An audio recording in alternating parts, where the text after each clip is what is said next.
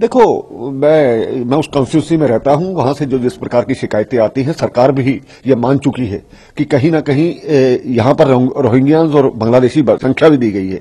वो हमारे लिए सिक्योरिटी थ्रेट है। अभी मैं लाइव वीडियो एक देख रहा था, उनकी छतों से वहां पर आर्मी एरिया के अंदर हम झांक सकते हैं।